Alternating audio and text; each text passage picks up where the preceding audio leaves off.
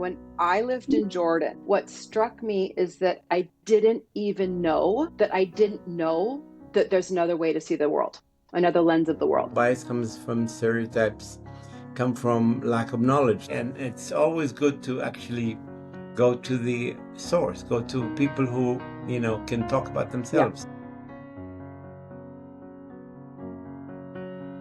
Well, hello there, Daoud Kuttab. How are you, Suzanne? How are you? Good. Nice to see you on a screen after spending time together a few weeks ago. Thank you. Thank you So for having me. you are in Amman, Jordan, and I actually want to tell you my goal right now, and then I want to talk about you. Okay. Okay.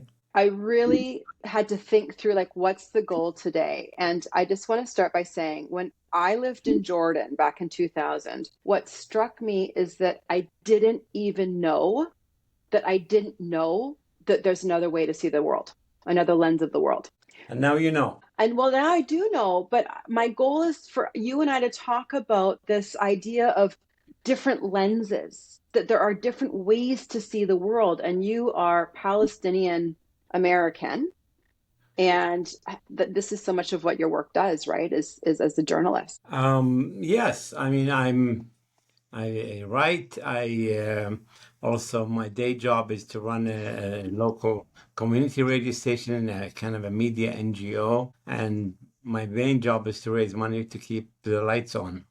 But I do like to write, and I enjoy writing and giving interviews to people like Suzanne Simpson. Well, thank you, Daoud. I actually want to like tout your horn a little bit of things that I think you're too humble to say. So first of all, we know that you were born in Bethlehem. You told me this a few weeks ago. You are also American citizenship. You moved to the States at 14. And we looked you up, by the way, on Wikipedia when we stayed with you. And you've got a long list of things that you have done. I'm reading here, you did the International Press Freedom Award.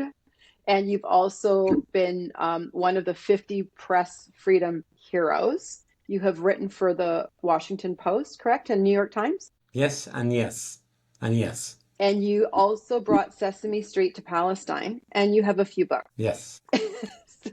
But what struck me, I was just reading more about you last night, Daoud, is just your goal of bringing truth to not just journalism, but to the world. And I think that you're perfect to talk about this right now, because I think just enlightening about different lenses. I mean, I think that my motto, and then I put that in a new magazine I set up for Christians in Jordan, Palestine, is the truth shall set you free. I really do believe that that my mission is to speak, even if it's truth to power or truth to let people know, to raise awareness of things that people don't know, and to shake up sometimes people who are not knowledgeable enough about certain issues, sometimes people who are biased, sometimes, bias comes from stereotypes, come from lack of knowledge. So if I can be a conduit, a bridge to help people understand the region, the Palestinian situation, whatever things I'm writing about, then I'm very happy to do that.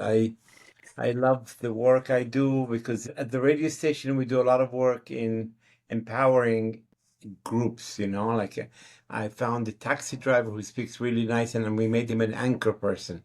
So he speaks to fellow taxi drivers. We have a disabled person who does a program about disabled people. I think people are the best experts on themselves. And so if you want to know about Indian women, we talk to Suzanne Simpson. If you want to know about Palestinian men, you talk to maybe Daoud Kuttab. But the problem is you always have experts who tell you what Palestinians think, or tell you what women think, or tell you what the disabled people think. And it's always good to actually go to the source, go to people who, can talk about themselves. Yeah. Well, and I think even recognizing that we have to go to a source, right? That what we receive is jaded information, and it's filtered through various means that it comes to different societies if you're not right there on the ground where something's happening around the world. Yeah, I mean, it's not just the filter. The filter is one problem, but sometimes because the filter gets the picture and then plays with it. But in the situation that I find is that the camera person doesn't even look for a person, even if they want to distort their views. They don't look Mm, at original. So authenticity, originality, to me is very important. And I think, if I need to know something about French people, I'll talk to a French person. If I want to know about the Chinese, I'll try to find a Chinese person. yeah. Now, not every Chinese is representative of all of, 1 billion Chinese, but at least it's a step in the right direction that I try Hmm. to get uh, someone in that community, in that demographic, in that group to speak about themselves and to tell me about themselves. I actually have planned on two world events I want to ask you about. But first of all, I want to talk about Yasser Arafat. So my nephew had great questions for you, and your story of interviewing Yasser Arafat was so interesting. But you were detained, right? Because they didn't like what you were saying. Is that correct? They're at different time sets. The interview with Yasser Arafat was before they actually Hmm. returned to Ramallah and the Palestine, and my detention was when they were in power in the West Bank. I interviewed Arafat. The interview kind of was broken up in the middle of the interview because he didn't like some of my questions, and that was fine. And the other problem was when I was running a small educational TV station at the university in Ramallah that I was working with, and we were covering the Palestinian parliament. There was a session about corruption and people in the orbit of Yasser Arafat, and not sure it was him or whoever around him were not happy, and so I was arrested, and they were the best 7 days of my life, professionally, not personally, but I received all the awards you mentioned Right. earlier because I write about Palestinians. The Israelis didn't like me. The Palestinians didn't like me. So, in the world's view that I'm doing a right job because, I'm speaking truth to power on all sides. So Yeah. yes, that was kind of the highlight in a way of my professional career in that I received a lot of credibility by doing what I was doing. So here's my question about Yasser Arafat. He pulled out your microphone halfway through. Like, I just think that's such a good story, Daoud. And then later on, I know being detained. What is your number one takeaway from that, besides what you just said professionally? Like your number one lesson then, I guess, as a journalist and as a human being? Let me give you some background because I think people don't understand the background. The background is that Yasser Arafat had just signed the peace treaty with Israel, or the what we call the Oslo Accords in Washington, and he was preparing to return to Palestine. And my friends, three of my friends who I knew had been deported by Israel, and they were preparing to return with him. And it's actually I fell into a trap in a way because my friends who came from the West Bank, wanted the movement that Arafat headed, called the Fatah, to become a political party. And so they were, as I waited for the chance to interview him, they were kind of feeding me with this idea of we should become a party, work on a party basis, and so on. And so when I asked him that question about will your movement be a party, he got very angry because he feels that his movement is the kind of a national movement. And he said, you're trying to put me in an ideological uh, chain or restriction by becoming a party. And he was upset and he stopped the interview.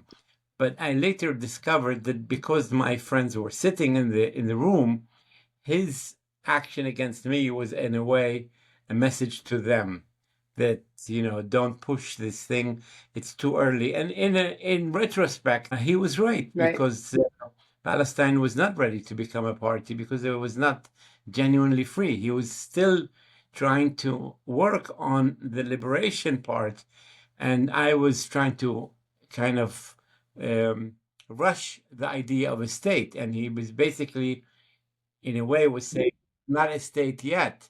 So don't push us to becoming a state before we actually have full sovereignty. So anyway, that's what happened. That's his way of working. So what was your learning experience? What's your biggest takeaway? Well, there's no takeaway. I mean, this is a national leader, and it was a privilege to be in his company. And Mm, if I ruffled some feathers, then I was doing my job. My takeaway, if I had to do it right. over again, I would do exactly the same thing. I don't have any regrets. I don't mind Yeah. that it stopped, and it was fine. You know what my own like outsider view on that of your that experience for you is kind of what you said about you brought credibility to yourself because you were not going to give up your integrity and ethics and we can trust you. Like Yeah, I mean, that's so yes, powerful of a absolutely. And message. I was not there to give what we call softball questions. I did begin with a few softball questions to Hmm. warm it up, and he answered them. It took way too long, and I had to interrupt him, which he didn't like. But um, yes, I mean, journalists, we always say, speaking truth to power is not comfortable, and it's not always bringing the results that you might want. And some people do not tolerate it, and others are more tolerant. That's Yeah. that's fine. We do our job, and they can do their job. If they don't want to talk, they don't talk. Many people have just basically Yeah. refused to talk because they don't want to be in a Hmm. position to ask the tough questions or ask the. I mean, it's not that I want to Yeah.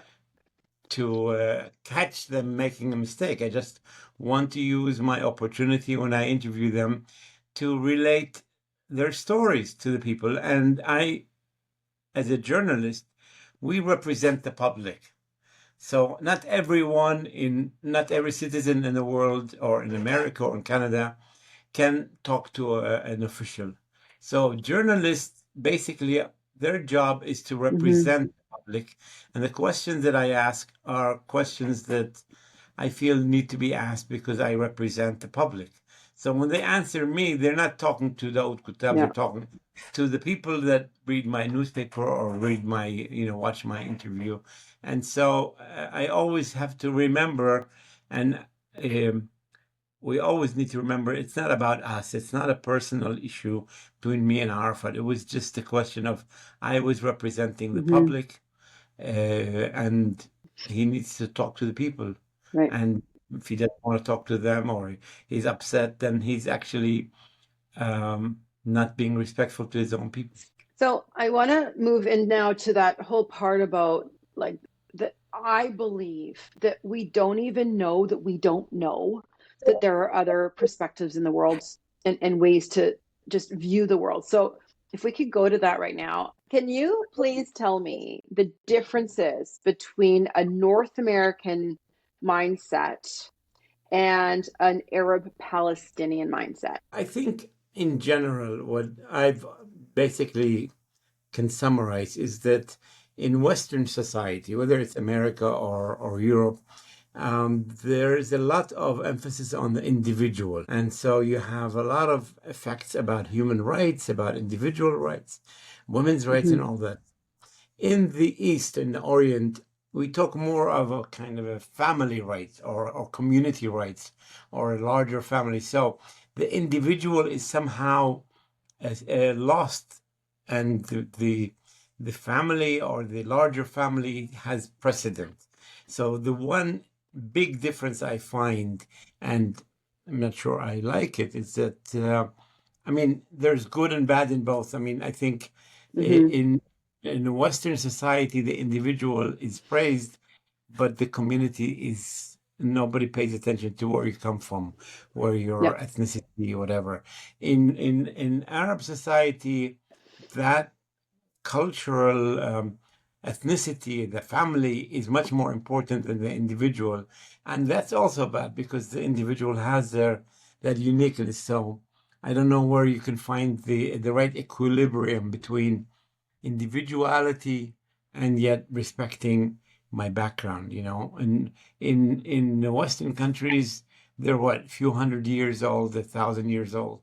In our society we're talking about 5,000 years. So um, I think that has an effect on us thinking of our larger community has taken precedent over the individual in general. Now, Hmm. rural people, the big family, has been now merging or moving towards more individuality. So now whether it's as a result of Hollywood or whether it's a result of other reasons, but now the individual we're trying, I mean, there's an effort to have more power to the individual. But we're still not there. We're a long ways from one person, one vote, or, basically you can decide the state of your future as a country. We still are a monarchy. We're still act and fight, and the government and the rule is much more important than the individual. And that's why even when we have elections, few people vote because people don't really believe that they matter, they make a difference. And that's one of the things I try to change. I mean, that's why I feel like I'm again a bridge on the other way, although I feel that I try to reflect Palestinian society and especially the Palestinian conflict to the Western world. I also act in my own radio station as a person who tries to introduce and use concepts of human rights, of individual rights, of women's rights, of children's rights, of the rights of the disabled people as a much better way of governing, of ruling, of living a society.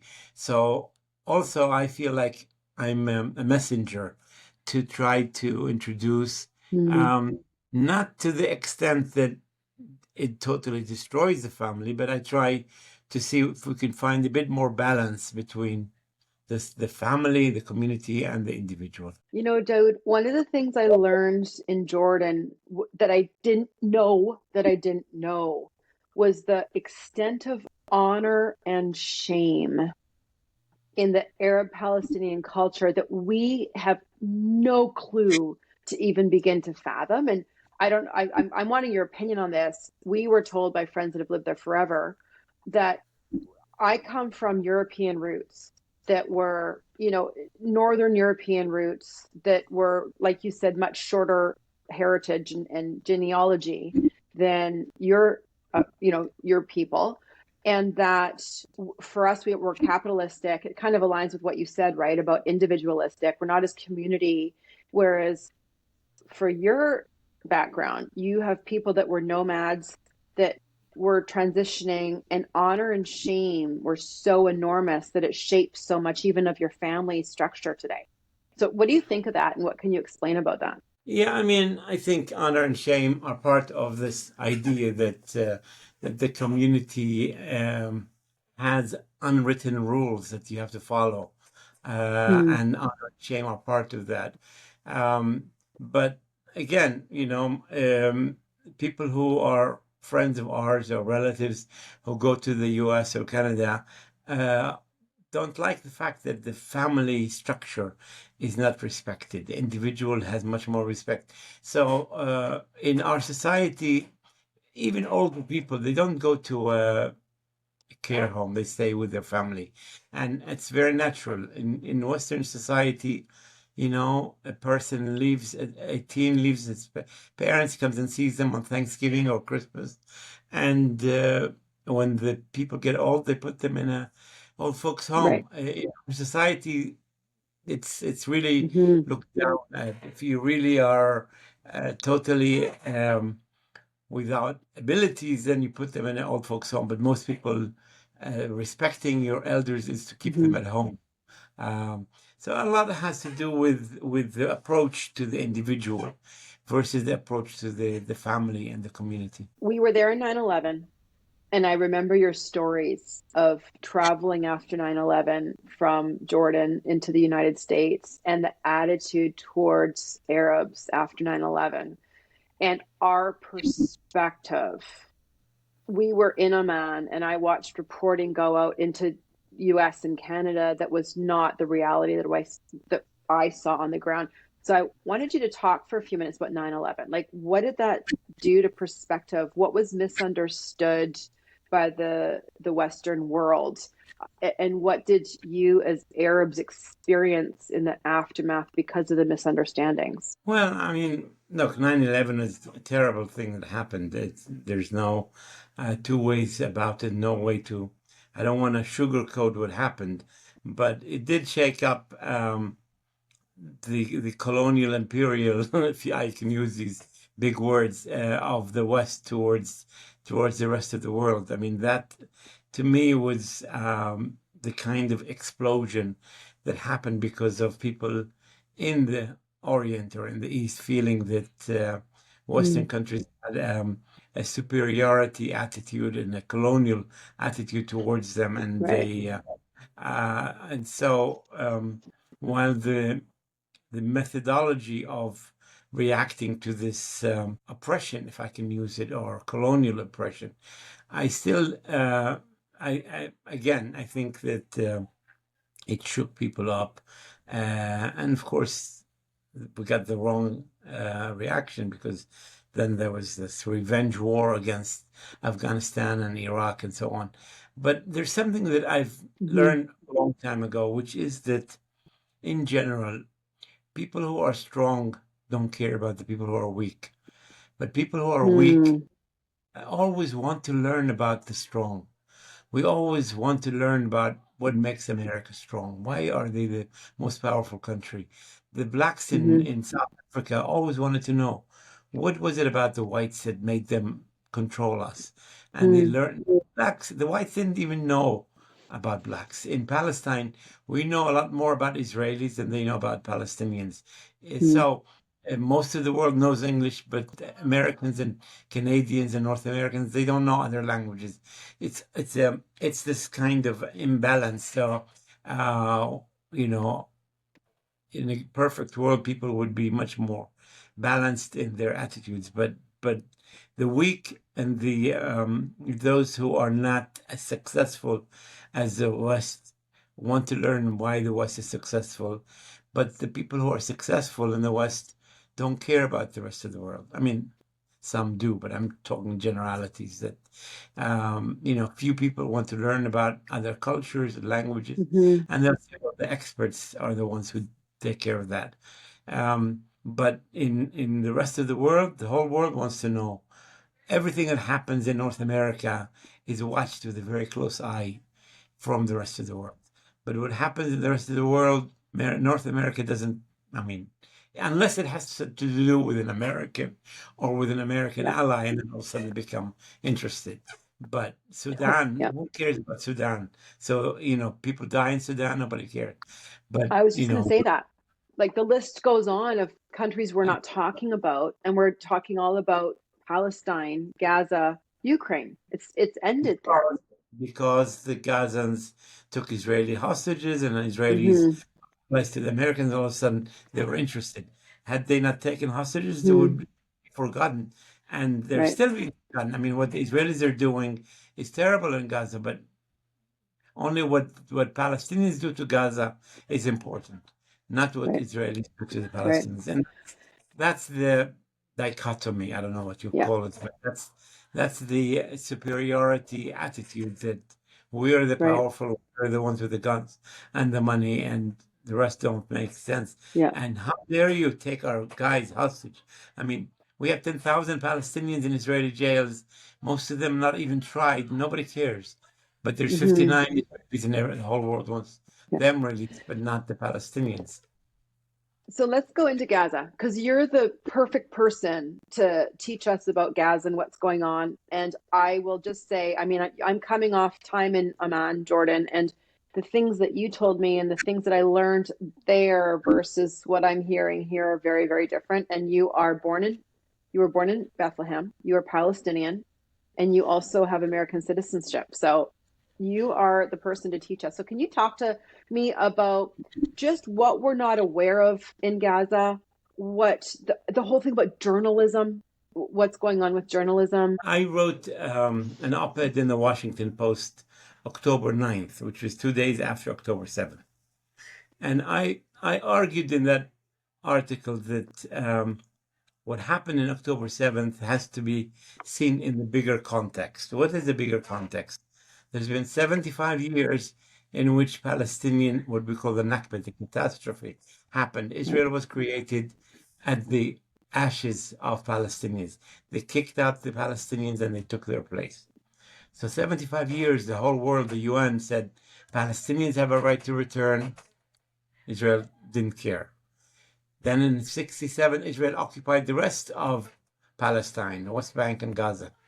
And for 57 years, the whole world, the Palestinians saying, we should be free, we should be free.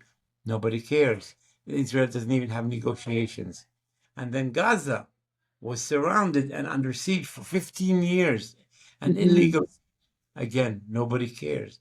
And so what happened on October 7th is an explosion. You have all this background, 75 years of people, refugees not allowed to be returned. You have 57 years of Gaza and the West Bank under military occupation.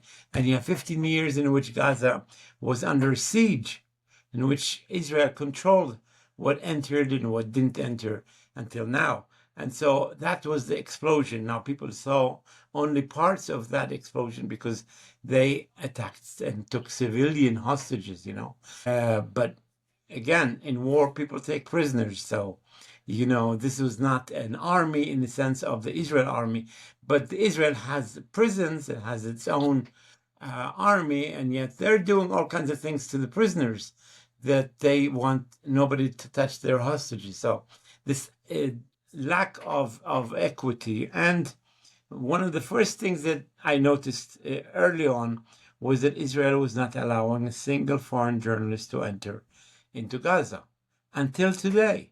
So we're now in April 2025, and October 7th happened in October 2023. So 17 months later, not a single foreign journalist has entered Gaza. And so that means that Israel has controlled the narrative. They control what ABC and CBS and CBC and the Globe and Mail and all these media outlets write. Now, we have individual Palestinians who are in Gaza. Many of them are being also killed and shot. But again, because the Western world has their own criteria, they don't, if they hear a story from a Palestinian journalist, it's not the same as hearing it from their own journalist. And so the Western countries are faked out. They're told the stories and the arguments and the justifications that their media is telling them, and there are political leaders who are, many of them, in the pocket of the pro-Israel lobby. That's the stories they're hearing. Now, what has changed is that there's a new alternative media that is happening, which is social media and digital media. And that media is basically fed by young people in Palestine and are read by young people in the world. And so now you're seeing two different kind of narratives. You see the Israeli narrative largely controlling the CNNs and CBSs and the New York Times, although there are some, good stories coming out there. But the social media is educating the whole world, especially young people. And so then, you see students at Harvard and Columbia and, Cambridge and everywhere else demonstrating and fighting for Palestinians because they have access to information from the source. Again, we talked about that people are the best experts on themselves. Most of the adults in the Western world hear the story as being told by the Israelis or by the Americans, interpreted in their own way. They're not hearing it directly from the Palestinians because they don't have Palestinian, they don't have, CBS doesn't have a bureau in Gaza. And so they get some pictures from Gazans, but the story is being cooked up in Atlanta and New York and in Ottawa and whatever, Montreal and London. So this is a problem that when it happens anywhere else in the world, let's say there's a problem in Iran or in North Korea, and the American journalists cannot get there, you will see on the screen, or you will hear, or written in the newspaper, our journalists were not allowed to enter into Iran. So, Hmm. this story might be biased because we were not able to confirm it or something to that effect. But when it comes to the Gaza, the American and the Canadian and the British and European media rarely ever tell you that their reporters have been banned by Israel from entering. So again, Hmm. story is being cooked Right. in editorial boards that are all white, often all white men, and not reflecting the reality of the situation on the ground because they're not allowed in. And because the Western white population doesn't trust anybody else, and they have the kind of a racist attitude towards a Palestinian or Jordanian or Egyptian, they don't buy the news from us, or they don't buy the ideas coming from us. They buy it from the Israelis, or I mean, they take it from the Israelis, and so they are Hmm. more apt to believe the Israeli stories, the Israeli excuses, the Israeli justifications, rather than the authentic stories. It blew me away, this whole concept that social media is bringing truth to the world, because like you said, people are there, it's their own narratives that they're sharing, and I'm not a fan of social media, but I wonder if that is the number one contributing factor that might change lenses in this world, as we are able to do accurate, relatively accurate reporting of, I'm here, I'm recording this, and I'm going to show this to you. Social media has a lot of problems, and there's a lot of lies and mistakes and disinformation, misinformation in social media. But what social media doesn't lie is when you have live video pictures. Mm, Okay. Sure, you can frame it in a different way, but when you have people filming in real time what is yeah, happening, yeah. it's, you can say, if you read text, somebody can fake whatever they want. Uh, they can fabricate all kinds of stories when they're narrating it. But when you're filming and showing in real time things happening, it's much more believable. Even if I mean, social media becomes a conduit, becomes a platform. The stories are not originated by, they're carried by social media, but not originated in social media. They are basically filmed by individuals, many of them journalists or professionals, and they're uploaded on social media because the Hmm. CBCs and the NBCs and CNNs will not take it, and some of them take it, but Yeah. mostly, so they have much better access to, and they have followers and they have their Instagrams and so on. And Hmm. even in social media, there's a lot of effort by pro-Israeli groups to restrict a lot of information. Right. But the video Mm. picture, the moving picture, is very hard to disbelieve. Yeah, it's powerful. It's a powerful new tool we're seeing in this world. Okay, I always do three wrap-up questions to take us back to the goal, and my goal of like just discussing this idea that we don't even know in this world that other lenses exist. So, on that note, here's wrap-up question number one. What do you feel are the most damaging stereotypes towards the Arab world? Stereotypes, as a rule, are bad because what we suffer from is what I call dehumanization. Okay, people look to Suzanne Simpson as a human being. They don't look to a Palestinian as a human being. Mm, They dehumanize, and it's not as much as a stereotype as a dehumanizing effort. So hmm. Palestinian Arabs are brutal. They take hostages. They kill babies in ovens, and all these. So a lot of distortion happens because again, you're seeing things in the lens not of the authentic people, but of the people who are carrying the picture, who are narrating. The stereotype is mostly because of ignorance.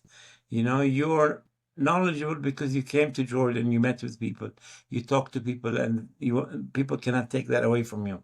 But if you have never been to Jordan, you've never met an Arab, what you learn from movies, from television, from pop culture is often negative or dehumanizing. Well, and I've said this to you. I think the biggest response we had when we said, "Oh, we're going to Jordan," is one of fear, which is through misunderstanding, right? Fear because of what you said, like what's in the news, what the beliefs are that aren't accurate. And there's so much, and even people I've spoken to before going and coming back have just this like, even of just going over there. Just this morning, I was saying to somebody, look, I'll set you up. You got to go. It's the safest place in the world. And yet there is angst over it. And I think part of it is the unknown. Yes, and because I mean, to be honest, the television and media um, focusing on the negative. They show, Mm-hmm. you can have a very nice, colorful, happy city, and there is a murder, and you show only the murder. So if you're watching from far, you think the city has all murderers, and it's only one murder out of 5 million people. Yeah. But if you focus on the murder, you think the whole country is that or the city. And so television, I Yeah. mean, news is what is new. And so what is new in the Middle East now is violence. And so people don't Yeah. understand that Gaza is miles away from Amman, and Amman is miles away from Jerusalem, and so on. Mm-hmm. And even people would go to Israel, they think Israel is safe, but the West Bank is not. And it's often the opposite. Part of it is our fault as journalists because we tend to put more emphasis on the negative or on the violence. We have a saying in journalism: if it bleeds, it leads. So if there's blood, it's always the lead story. So Mm-hmm. if it Mm-hmm. bleeds, and so to get a human interest story from Gaza of somebody making recycling food and things to make a living in an exciting, very innovative way, you will never see that kind of story. You only see, Right. Totally. people And dying and death and so on. You know, to illustrate that on the flip side, when I lived in Jordan, I'll tell you, I often dealt with this mentality that all women in North America are, prostitutes, sleep with whoever, that all of us children put our parents away and don't care about our parents. That, True. and I had a friend over once. I was having this conversation with my mom, and afterwards she said, like, you're close to her, like you guys are close. And she was totally stunned because her perspective was one that we don't care about our mom and dad because we put them in homes. True. So yeah. Okay, number two, wrap up And I, question number two. Yep, go ahead. and, and I was guilty of that in the beginning. I actually said that in generalities, we Right. think in terms of individuality versus generality. But so everybody has we all have blind spots. Okay, every one of Totally. us. Yeah. I have it, and we can only find out the truth when we talk to others and learn from them. Yeah. And we have to recognize that what we see on television and in journalism is a broken story. It's a micro, it's very tiny, small part of the reality. Right, Absolutely. right. Wrap up question number two. What is of anything you could change of our North American lens towards Arab Palestinians? What's the one thing that you could change of misperception that would really maybe do so much more benefits for a better perspective, healthier, more truthful perspective? Um, we are, again, it go back to the humanity. We are human beings, If you hit us, we hurt. If our family members die, we mourn. If you take Mm, away uh, our rights, we protest. What I would like to have North Americans understand is that simple issue of our humanity. And in fact, we we talk a lot about how many people died in Gaza. And when we had International Women's Day in Amman, I told my radio team that let's do something different. Let's read the names of women who died. mm, And we brought in mm. celebrities in Jordan, and for 15 minutes each celebrity, their job was to read the full name of the, Wow. and the grandfather, their age, where they were born, where they died.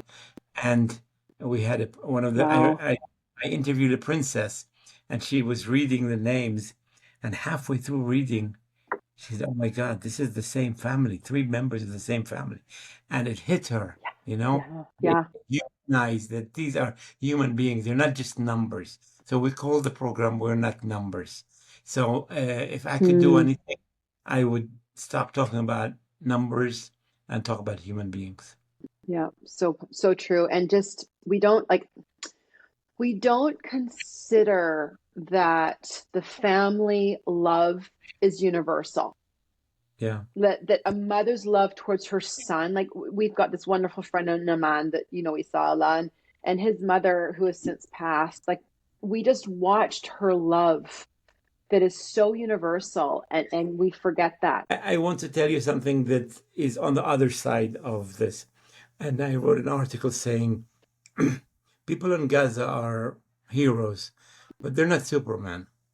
And Right.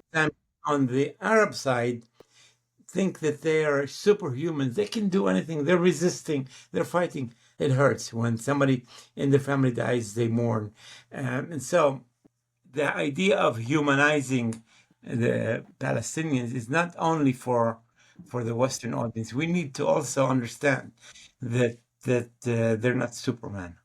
They're Yeah, not that's good. superhuman. They're human beings with feelings, as you said. They yearn. They have ideas. They have goals. They have things that they want to do, and sometimes we kind of count them as part of sacrifice. They need to Yep. sacrifice so we can have freedom, but they're human beings. Well, and they become a number. Yeah.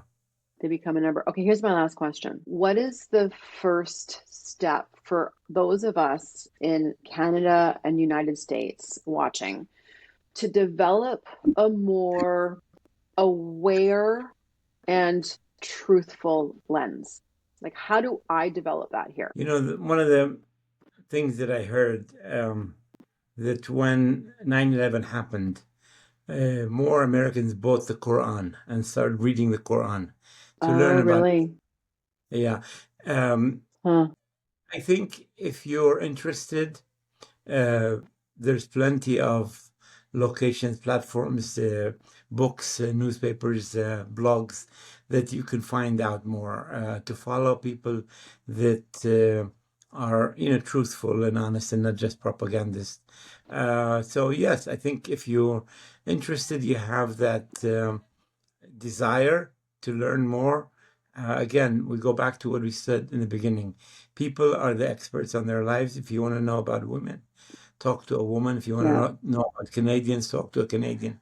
And if you want to know Mm-hmm. about Mm-hmm. Palestinians, talk to a Palestinian. Learn, read, find out more about them. You know what I think? I just, well, while you're talking, if I can add my thought, you have to want it. You have to really pursue having the awareness and seeking truth, because naturally we're going to get wrong. What we receive, what we hear is not truth. So we have to really pursue it. It's a hard mission because yeah, all of us, as I said, we have blind spots, and sometimes the blind spots are about communities we don't know about. So to get from zero knowledge to genuine knowledge requires something, either meeting a person, visiting a country, or being moved by, a poem by somebody Mm-hmm. that lets you say, this is amazing. This is really nice. Yeah. I want to know more about this person or these people. So it requires an action by a person, and not everyone has the time or the energy to want to learn about the Chinese or the Yeah. people of Sudan or the Ukrainian. So unless you have a reason, you fall victim to the generalization, Mhm. stereotyping, the media that politicians want us to think about. Daoud Kuttab, thank you for helping unravel the blind spot. Thank you, Suzanne, for wanting to learn about us and about our job and Mm. our profession. And I hope you're successful as a doctor who's actually trying to heal and trying to find out what makes things Yeah. better. Thank you, Daoud, for your time. Thank you for listening. And I hope that you got much out of this in terms of just opening our awareness to the world around us and what's going on versus what we think or we hear is going on. You can find me on all podcast platforms. I am on Instagram, TikTok, LinkedIn, and Facebook as Dr. Suzanne Simpson. Check out the episodes below. If you like this, it really helps out if you can click that little subscribe button, leave a comment below, and anything you want to hear in the future. Share this with people that want to learn more about the world, and let's keep pursuing connecting with each other in more open and honest and understanding ways.